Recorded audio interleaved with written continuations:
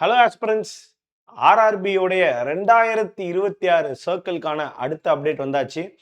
ஏற்கனவே ஏஎல்பி பற்றின பல அப்டேட்ஸ் நம்ம பார்த்தோம். நோட்டிஃபிகேஷனில் எவ்வளோ வேகன்சி வரப்போகுதுன்னு நமக்கு தெரியும்.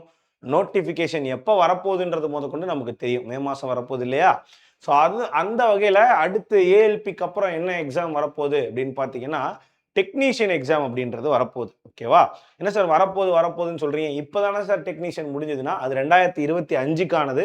அது 2026ல் நடத்தியிருக்காங்க. இப்போ 2026க்கான notification second half of the 2026ல் வரப்போகுது. ஓகேவா? ஸோ இது எப்படி நமக்கு தெரியும்? ஆப்வியஸ்லி இந்த மாதிரி ஒரு வேகன்சி, டிராஃப்ட் வேகன்சி ரிலீஸ் பண்ணுவாங்க. எப்பயுமே இந்த டிராஃப்ட் வேகன்சியோட அதிகமான வேகன்சி தான் நோட்டிஃபிகேஷனில் வரும். நல்ல விஷயம் என்னன்னு பார்த்தீங்கன்னா, இந்த தடவை டிராஃப்ட் வேகன்சிலே போன தடவை விட ஒரு 300 சொச்சம் வேகன்சிஸ் அதிகமாக சொல்லியிருக்காங்க. சரியா? ஸோ என்ன டிராஃப்ட் வேகன்சினா, டெக்னீஷியன் கிரேட் 1 மற்றும் கிரேட் 3க்கான டிராஃப்ட் வேகன்சிக்கு ரயில்வே வந்து ஒரு நோட்டீஸ் ரிலீஸ் பண்ணியிருக்காங்க. இந்த நோட்டீஸ் படி பார்த்தீங்க அப்படின்னா உங்களுக்கு மொத்தம் எவ்வளோ வேகன்சி அப்படின்னு காட்டுறேன். மொத்தம் வந்து ரவுண்ட் அடிச்சிருவோமா? எஸ், மொத்தம் வந்து உங்களுக்கு 6565 வேகன்சி. இதுல நல்ல விஷயம் என்னன்னு பாத்தீங்கன்னா, இந்த சிக்னல் கிரேட் 1 இருக்கும் பாத்தீங்களா, இந்த கிரேட் 1க்கு மட்டுமே 323 வேகன்சி கொடுத்துருக்காங்க. அதே மாதிரி கிரேட் 3க்கு மீதி இருக்கக்கூடிய வேகன்சி. சரி சார், இதுல என்ன சார் எங்களால எழுத முடியும்? 12th முடிச்சவங்க டெக்னீஷியன் அப்படின்னு சொல்றப்ப நிறைய பேர் வந்து டெக்னிக்கல் எக்ஸாம்னு நினைப்பீங்க. பட் ஆனால் இதுக்கு ஒரு குறிப்பிட்ட போஸ்டிங் வந்து பார்த்தீங்கன்னா 12th முடிச்சவங்களே எழுதலாம்.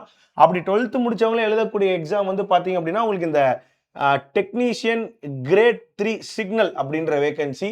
இதுக்கு எவ்வளோ வேகன்சி ரிலீஸ் பண்ணியிருக்காங்கன்னா 154 வேகன்சிஸ் அப்படின்றத சொல்லியிருக்காங்க. சரியா? நான் மறுபடியும் சொன்னது என்னது, இது வந்து டிராஃப்ட் வேகன்சி தான். கண்டிப்பாக இதை விட அதிகமாக தான் வந்து என்ன வரும், உங்களுக்கு அஃபிஷியல் வேகன்சி ஆனது வரும். ஸோ என்னன்னா, கிரேட் 1 யார் எழுதலாம், கிரேட் 3 யார் எழுதலாம் அப்படின்ற சில பேசிக்கான தகவல்களை நான் இந்த வீடியோவில் கொடுக்குறேன் டெக்னீஷியன் எக்ஸாமை பற்றி. அடுத்தடுத்து வரக்கூடிய நாட்களில் இதை பற்றின இன்னும் அதிக தகவல்களை நம்ம பார்க்கலாம். ஸோ இப்போதைக்கு டிராஃப்ட் வேகன்சி 6565. சரியா? இது இல்லாமல் இதெல்லாம் முடிச்சிருக்கீங்க, இந்த இடங்கள்ல இந்த கேட்டகரியில நீங்கள் டிப்ளமோ ஐடிஐ முடிச்சிருக்கீங்க அப்படின்னா தாராளமாக அதுக்குமே நீங்கள் என்ன பண்ணிக்கலாம், அப்ளை பண்ணலாம். ஸோ ஜஸ்ட் பேசிக் இன்ஃபர்மேஷன் ஷேர் பண்ணுறதுக்கு தான் இந்த வீடியோ. இது வந்து ஆர்ஆர்பி நடத்தக்கூடிய எக்ஸாம். கிரேட் 1க்கு தனி எக்ஸாம் நடக்கும். கிரேட் 3க்கு மொத்தமாக எல்லா போஸ்ட்டும், இங்கே இருக்கக்கூடிய எத்தனை போஸ்ட் இருக்கு, 39 போஸ்ட் இருக்கா, இதில் 38 போஸ்ட்டுக்கு ஒரு சிங்கிள் எக்ஸாம். இந்த கிரேட் 1 போட்டிருக்காங்க பார்த்தீங்களா, அதுக்கு மட்டும் ஒரு தனி எக்ஸாம் நடத்துவாங்க. கிரேட் 1க்கு தனி எக்ஸாம், கிரேட் 3க்கு தனி எக்ஸாம்னு ரெண்டுலேயுமே ஒரே ஒரு ஸ்டேஜ் தான். கிரேட் 3க்கும் ஒரே ஸ்டேஜ் தான், கிரேட் 1க்கும் ஒரே ஸ்டேஜ் தான். அதில் எவ்வளோ மார்க் வாங்குறோமோ அதை வச்சு தான் உங்களுடைய ஃபைனல் ரேங்கிங் ஆனது இருக்க போகுது. சரியா? எந்த ஒரு ஸ்கில் டெஸ்ட் எதுவுமே கிடையாது. எக்ஸாம் மட்டும்தான், டாக்குமெண்ட் வெரிஃபிகேஷன் மட்டும்தான். அதுதான் ஒரு பெரிய அட்வான்டேஜ். ஸோ ஜூன்ல தான் வந்து பார்த்தீங்க அப்படின்னா உங்களுக்கு நோட்டிஃபிகேஷன் வரப்போகுது. இப்போ டிராஃப்ட் வேகன்சி தான் ரிலீஸ் பண்ணியிருக்காங்க. பட் நம்ம படிக்க ஆரம்பிக்கிறது இப்போலேருந்தே படிக்க ஆரம்பிக்கிறது புத்திசாலித்தனம். சரியா? ஸோ எஸ், எக்ஸாம் கண்டிப்பாக அக்டோபர் கழிச்சு தான் இருக்கும். ஏன்னா இந்த சைக்கிள் முடிச்சு அதுக்கு எல்லாமே ப்ராசஸ் முடிஞ்சதுக்கு அப்புறம் தான் அடுத்த சைக்கிள் ஸ்டார்ட் பண்ணுவாங்க. சார், போன என்டிபிசி ரிசல்ட் வராமல் இந்த என்டிபிசி நடத்துவாங்களா, போன ஏஎல்பி ரிசல்ட் வராமல் இந்த ஏஎல்பி நடத்துவாங்களான்ற கேள்விக்கு உங்களுக்கு என்ன பதில் கிடைச்சிருக்கும். 2024 என்டிபிசிக்கு இன்னும் ரிசல்ட் வரல. அதுக்கு முன்னாடி 2025 என்டிபிசி நடத்தி முடிச்சிட்டாங்க. கரெக்டா? ஸோ அதனால் அதை பற்றிலாம் நீங்கள் கவலைப்படவே வேண்டாம். எக்ஸாம்ஸ் ஆனது நடத்திக்கிட்டே தான் இருக்கும். ரிசல்ட் அடுத்தடுத்து போக போக உங்களுக்கு ரிலீஸ் பண்ணுவாங்க.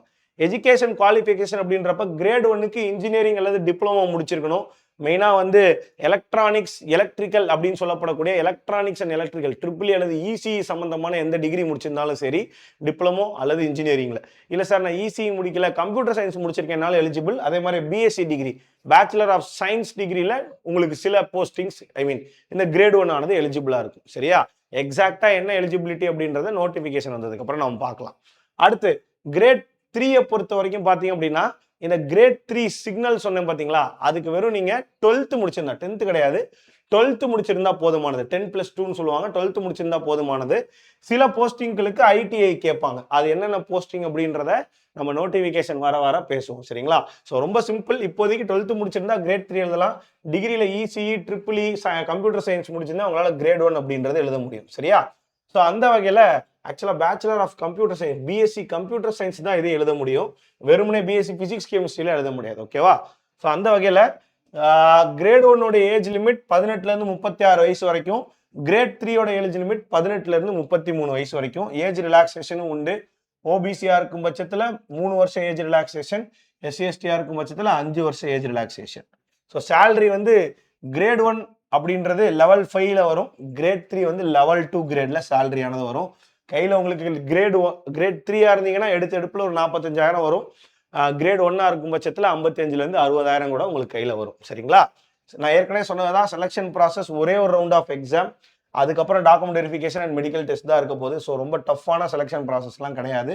பேட்டர்னுமே பார்த்தீங்க அப்படின்னா கிரேட் 1க்கு உங்களுக்கு வந்து ஜிகேல 10 மார்க், ரீசனிங்ல 15 மார்க், கம்ப்யூட்டர்ல 20 மார்க், மேக்ஸ்ல 20 mark and science and engineering அப்படின்ற டாபிக்ல 35 மார்க். இது மட்டும் கொஞ்சம் கான்சென்ட்ரேட் பண்ணி படிக்கணும். கரெக்டா? கிரேட் 3க்கு ரொம்ப சிம்பிளான பேட்டர்ன் தான். மேக்ஸ்ல 25, ரீசனிங்ல 25, சயின்ஸ்ல 40 மார்க் அண்ட் ஜென்ரல் அவேர்னஸ்ல 10 மார்க். ஸோ இது 2 தான் வந்து உங்களுக்கு சிங்கிள் எக்ஸாம். இந்த சிங்கிள் எக்ஸாம்ல நீங்க எவ்வளவு மார்க் வாங்குறீங்க அப்படின்றத வச்சு தான் உங்களுக்கு இந்த ரெக்ரூட்மெண்ட் ப்ராசஸ் ஆனது இருக்க போகுது. சரியா? ஸோ இதுதான் பேசிக்கான இன்ஃபர்மேஷன்.